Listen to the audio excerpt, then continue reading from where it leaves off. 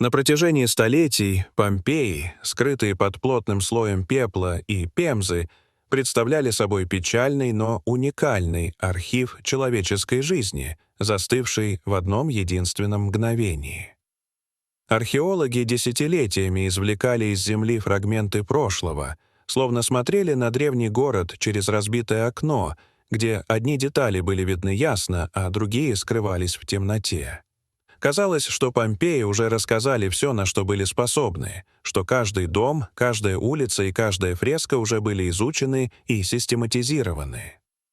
Но 9-й регион, долгое время оставшийся нетронутым глубокими раскопками, оказался своеобразной капсулой времени, в которой история 5 раз подряд переворачивает сама себя, открывая новые пласты. От роскоши элиты до самых мрачных сторон римской повседневности. Именно здесь впервые был обнаружен по-настоящему монументальный банкетный зал, вытянутый на 15 метров и отделанный так, как будто его хозяевам было важно произвести впечатление даже на богов. Его стены, покрытые плотным и насыщенным угольно-черным оттенком, служили одновременно эстетическим и практическим выбором. При свете масляных ламп мифологические сцены, нанесенные на темный фон, оживали, создавая эффект присутствия в другом мире. На этих фресках были изображены драматические сцены, эпизоды Троянской войны, истории о героях и богах, о возмездии, любви, роковых выборах. Такие изображения становились основой для бесед за обильными пирами, когда гости, выпив несколько кубков крепкого кампанского вина, обсуждали судьбу и предопределение, пытаясь понять, где заканчивается человеческая воля и начинается воля богов. Центральной деталью зала был пол. Роскошная белая мозаика из более чем миллиона миниатюрных плиточек, уложенных настолько искусно, что современным дизайнерским студиям впору было бы брать с нее пример. Мозаика сохранилась почти идеально, что является редкостью даже для Помпей.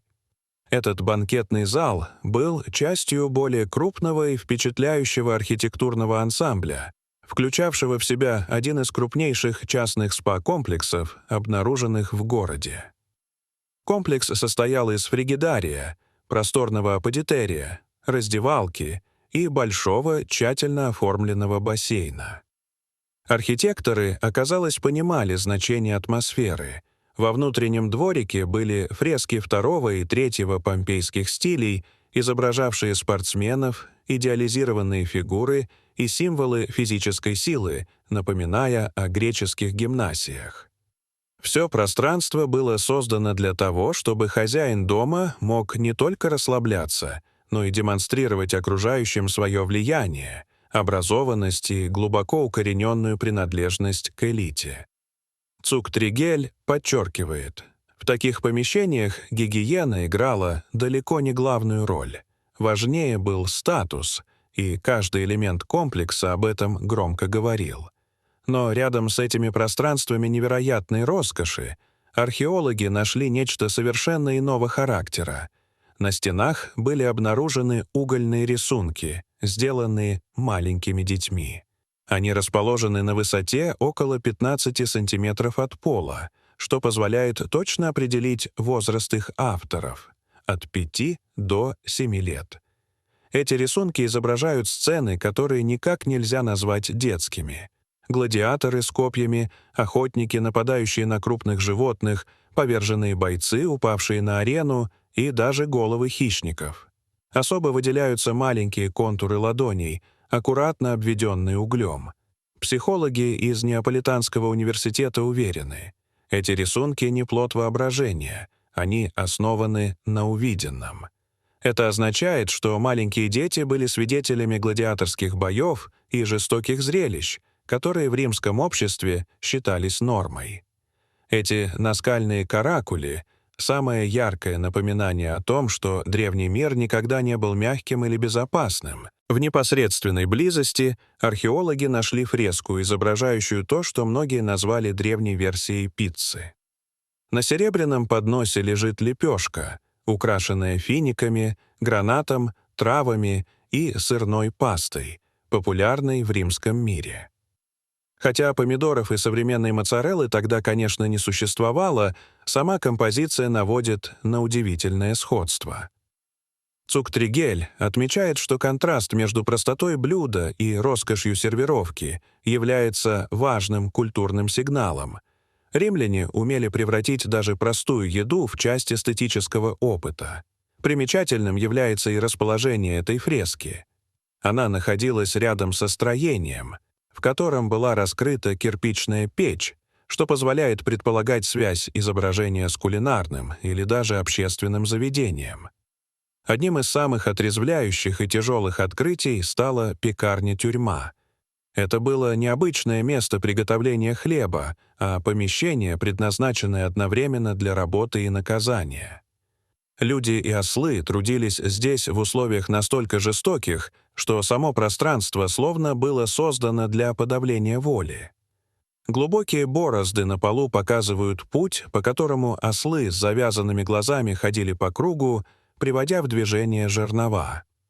Порабощенные люди трудились рядом, часто будучи запертыми в помещении, окна которого были защищены тяжелыми решетками. Цуктригель назвал пекарню символом того, насколько суровой была римская система рабства и насколько далеко от благополучной поверхности располагались реальные человеческие страдания. Эта пекарня была машиной эксплуатации, обеспечивавшей хлебом тех, кто жил в несколько шагов отсюда в роскошных залах. Рядом было найдено не менее интересное открытие — синяя комната. Помещение с редким дорогим пигментом лазури, интерпретируемое как сакрариум. На стенах изображены женщины, символизирующие времена года, а также сцены земледелия и скотоводства, что делает комнату своеобразным святилищем природы. Внутри находились 15 транспортных амфор, бронзовые кувшины и лампы, подчеркивающие ритуальное назначение пространства. Такая комната внутри жилого дома показывает, насколько глубоко религиозность была интегрирована в повседневную римскую культуру. Римляне не отделяли духовную часть жизни от бытовой, они буквально жили внутри своего маленького мирка веры. Одним из самых ценных технических открытий стала идеальная строительная площадка, оставшаяся нетронутой с самого дня извержения. Здесь археологи нашли инструменты — черепицу, туфовые кирпичи, свинцовые грузы и угольные надписи, напоминающие современные строительные пометки. Ключевой находкой стали доказательства технологии горячего смешивания цемента.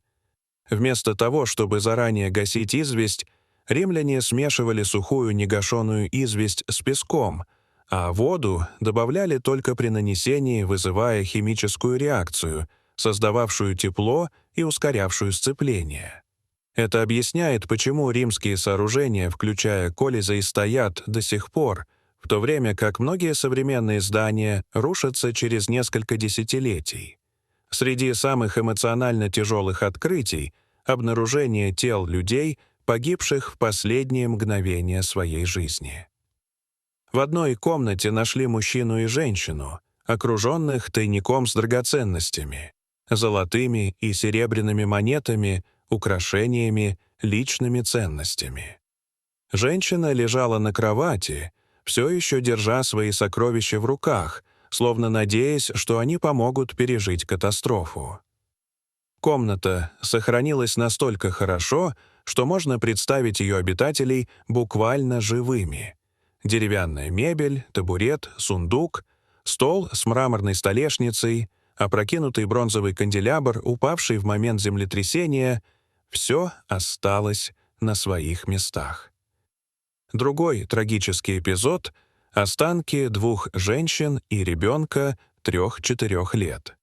Они пережили первую стадию извержения, но были раздавлены обрушившимся потолком. Рядом найденные обломки чердака и белая пемза подтверждают последовательность событий. Еще одно важное открытие — фулоника, римская прачечная, встроенная прямо в вестибюль многоквартирного дома. Это демонстрирует, насколько эффективно римляне использовали пространство и как их городская среда постоянно трансформировалась. Внутри стояли каменные ванны, где одежду очищали с помощью фуллеровой земли, воды и даже мочи, ценившейся за содержание аммиака. Рабочие топтали одежду ногами, затем полоскали и красили ее. Процесс, который современному человеку показался бы удивительно тяжелым и непривлекательным. В недавно раскрытом банкетном зале была найдена еще одна фреска «Встреча Париса и Елены». Имя Париса было подписано его греческой формой «Александрос», что подчеркивает связь римлян с греческой культурой и любовью к драматическим сюжетам.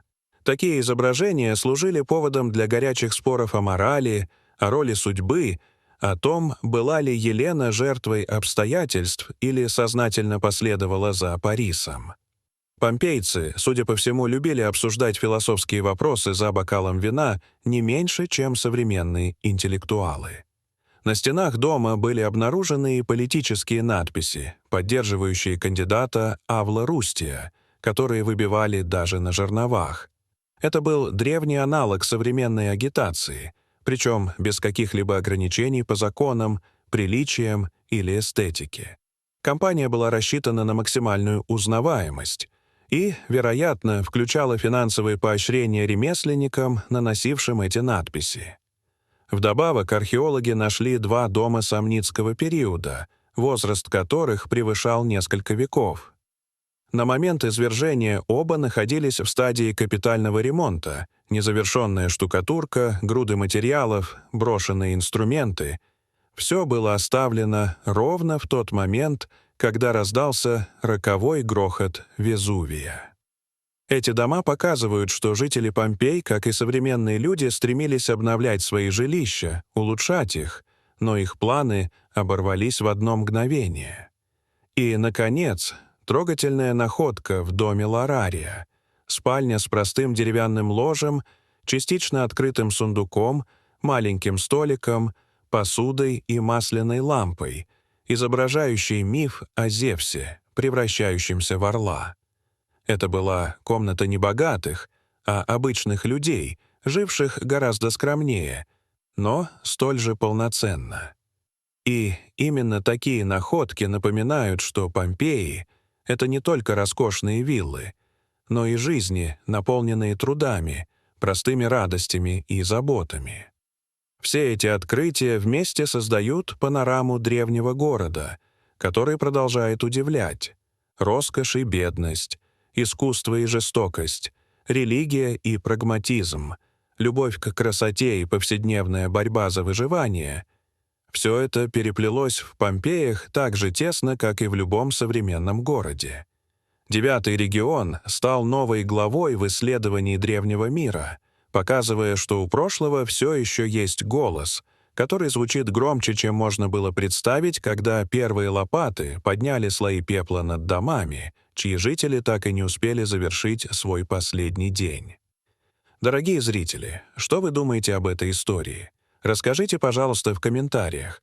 А если вам понравилось это видео, то ставьте лайк и подписывайтесь на наш канал. До свидания.